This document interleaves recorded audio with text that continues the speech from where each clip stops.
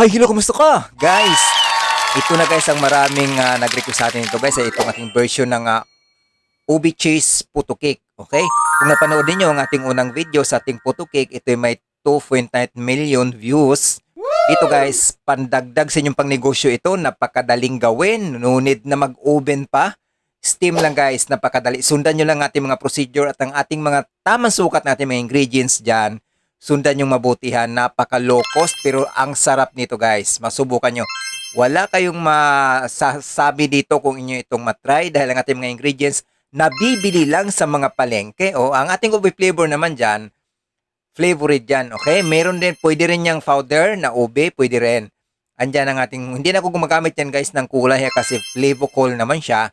Kaya sakto lang yan sa ating 3 pirasong itlog. Okay? Dito uunahin ko dito guys ha. Huwag kalimutang i-like, i-follow ang ating Learn Baking with SNJ Facebook page at ang ating YouTube channel. Kung mag-comment kayo, banggit na lang din kung saan na kayong lugar para malalaman natin kung saan na talaga nakarating ating mga videos. Okay? Dito sa ating procedure, same lang ha, napakadali lang. Kung sino nakapanood sa ating puto cake na nauna, plain puto cake with salted eggs, ito naman sa atin, pero ibang-iba ang style natin dito guys at iba rin ang ating mga ingredients. Okay? Kaya makuha po ninyo at ma-compare ninyo sa nauna nating gawa, wala po kayong masabi. Kasi halimbawa, nagbebenta kayo ng plain na puto cake, baka may maghanap ng ube puto cake, di ba? Ube cheese puto cake, ito na. Ito na ang inyong pampartner dito guys. Napakadami naman ding mga tao or mga customer natin na mahilig din talaga sa ube flavor. Okay, ayan na ha ang ating egg whites. I-mix lang natin yan guys ha. I-mix natin ng mabuti. Ayan ang ating, no need na rin gumamit ng ng tartar. Kalamansi lang na nakalagay sa 1/2 tablespoon. Okay, ayan ang ating sugar. May sukat din tayo dyan sa by cups ha. Tingnan yung mabuti. Kung magkano nakalagay dyan, ganun din katumba sa cups. Okay, tingnan yung mabuti guys sa ating procedure at ang pagluto natin. Lulutuin natin yan sa 35 minutes. Huwag talaga nating isusobra-sobra sa pagluto kasi yan ay lumiliit. Okay? At pagtanggal natin, habang mainit pa, ililipat natin at tatanggalin kaagad natin yan sa molder. Okay? Para yan naman mas maganda pa rin at hindi siya bumababa.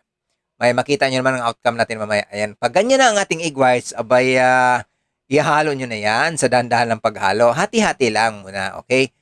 Ganun lang naman kasimple, di ba?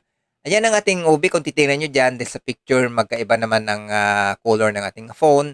Pero yan ay saktong-sakto lang talaga sa kulay niya. Okay? Saktong-sakto. Kung ganyan ka-fluffy ang inyong ube cheese puto cake, ay talagang maganda ang outcome. Okay? Ayan, titingnan nyo mabuti ha. Sa picture lang natin yan, sa ating phone na iba-iba talagang kulay ang ating pagbi-video. Okay? Pero makikita nyo sa outcome, napakaganda. Ayan ang ating cheese at ang ating salted egg din. Ganyan lang akin. Huwag nyo nang hintayin pa. Bago nyo isalang, ilagay nyo ng ating mga keso dyan. Itusok-tusok nyo yan hanggang ilalim ng ating molder para paghati natin, makikita doon talaga sa loob ang ating mga cheese. Okay? Unlike dun sa nauna, sa ibabaw lang talaga ang aking cheese at ang aking salted egg. Dyan talaga nakalubog na. Okay? Ayan, balutin lang natin sa telang makapal ang ating takip, ayan, naluto na within 35 minutes, lutong-luto na yan guys. I-try nyo rin ha, gamitan ng toothpick para pag wala nang sumasabit pag hila natin sa toothpick, ay abay lutong-luto na talaga yan sa 35 minutes. Sa mahinang apoy lang ha, mahinang. So maraming salamat guys sa inyong lahat sa pagsuporta sa ating baking tutorial videos, sa ating mga recipes sa inyong pagsubaybay, lalo na sa iba't ibang panig ng bansa.